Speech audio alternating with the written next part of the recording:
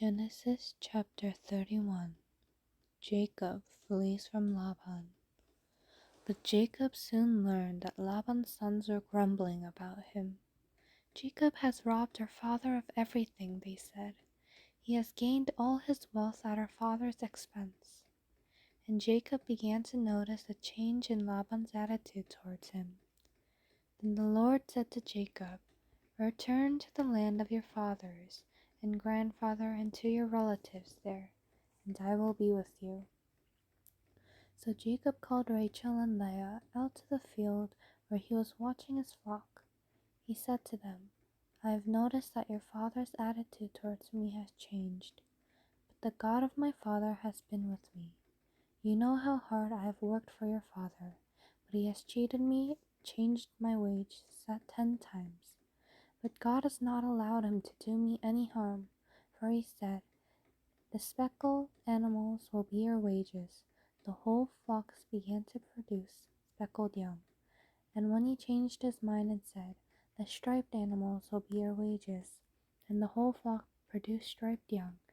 In this way, God has taken your father's animals and given them to me. One time during the mating season, I had a dream and saw that the male goats mating with the females were streaked, speckled, and spotted. Then in my dream the angel of God said to me, 'Jacob,' and I replied, 'Yes, here I am.'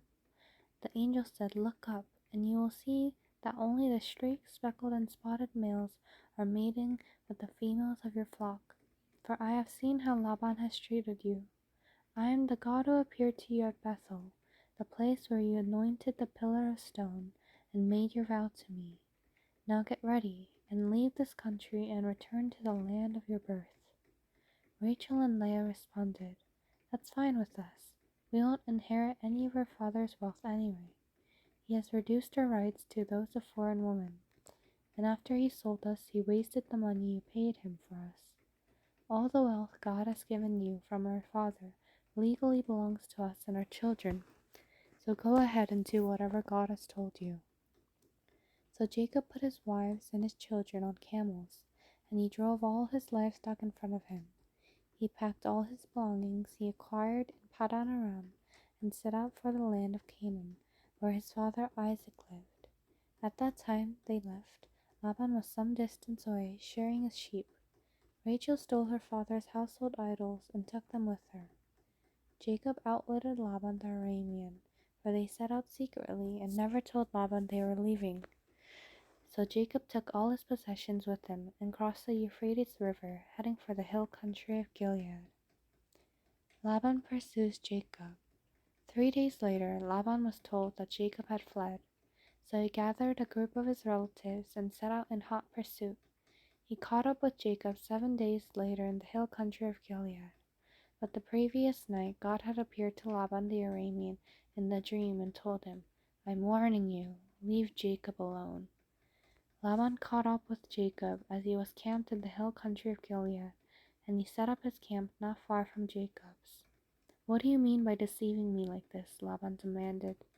'How dare you drag my daughters away like prisoners of war? Why did you slip away secretly? Why did you deceive me? And why didn't you say you wanted to leave?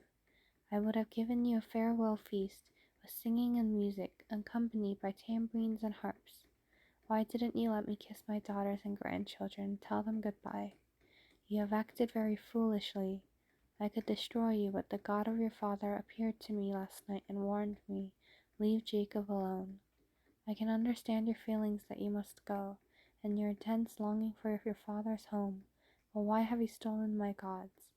'I rushed away because I was afraid,' Jacob answered. 'I thought you would take your daughters from me by force.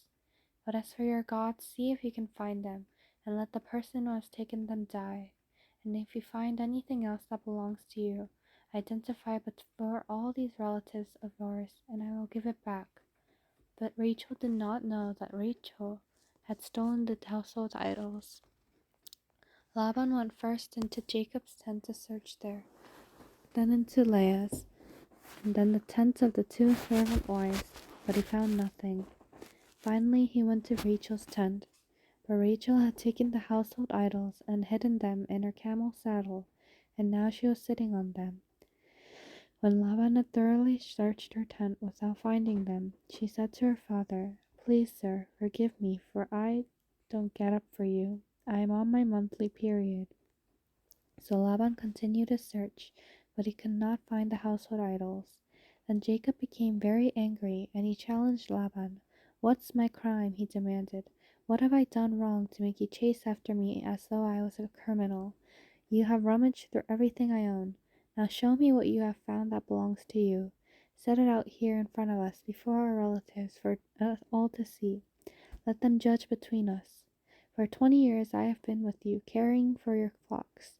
In all that time your sheep and goats never miscarried. In all those years I never used a single ram of yours for food. If any were attacked and killed by wild animals, I never showed you the carcass and asked you to reduce the count of your flock. No, I took the loss myself. You made me pay for every stolen animal, whether it was taken in broad daylight or in the dark of night. I worked for you through the scorching heat of the day and through the cold and sleepless nights. Yes, for 20 years I slaved in your house. I worked for 14 years, earning your 2 daughters, and then 6 more for your flocks. And you changed my wages 10 times. In fact, if the God of my father had not been on my side, the God of Abraham and the God of Jacob, the fearsome God of Isaac, you would have sent me away empty-handed. But God has seen your abuse and my hard work. That is why he appeared to you last night and rebuked you." Jacob's treaty with Laban. And Laban replied to Jacob, "These women are my daughters, these children are my grandchildren, and these flocks are my flocks. In fact, everything you see is mine. But what can I do about my daughters and their children? So come, let's make a covenant, you and I, and it will be a witness to our commitment." So Jacob took a stone and set it up as a monument. Then he told his family members, "Gather some stones." So they gathered stones and piled them in a heap. Then Jacob and Laban sat down beside the pile of stones to eat a covenant meal. To commemorate the event, Laban called the place Jegar Sahadutha, which means witness pile in Aramaic, and Jacob called it Galeed, which means witness pile in Hebrew. Then Laban declared, "This pile of stones will stand as a witness to remind us of the covenant we have made today." This explains why it is called Galeed, witness pile, but it was also called Mitzpah, which means watchtower. For Laban said, "May the Lord keep watch between us to make sure that we keep this covenant when we are out of each other's sight. If you mistreat my daughters, or if you marry other wives, God will see it even if no one else does. He is a witness to this covenant between us." "See this pile of stones," Laban continued, "and see this monument I have set between us. They stand between us as witnesses of our vows. I will never pass this pile of stones to harm you, and you must never pass these stones or this monument to harm me. I call on the God of our ancestors, the God of your Abraham, the God of your grandfather Abraham, and the God of my grandfather Nahor, to serve as a judge between us." So Jacob took an oath between the fearsome God of his father Isaac to respect the boundary line. Then Jacob offered a sacrifice to God there on the mountain and invited everyone to a covenant feast. After they had eaten, they spent the night on the mountain. Laban got up early the next morning, and he kissed his grandchildren and his daughters and blessed them. Then he left and returned home. End of chapter 31.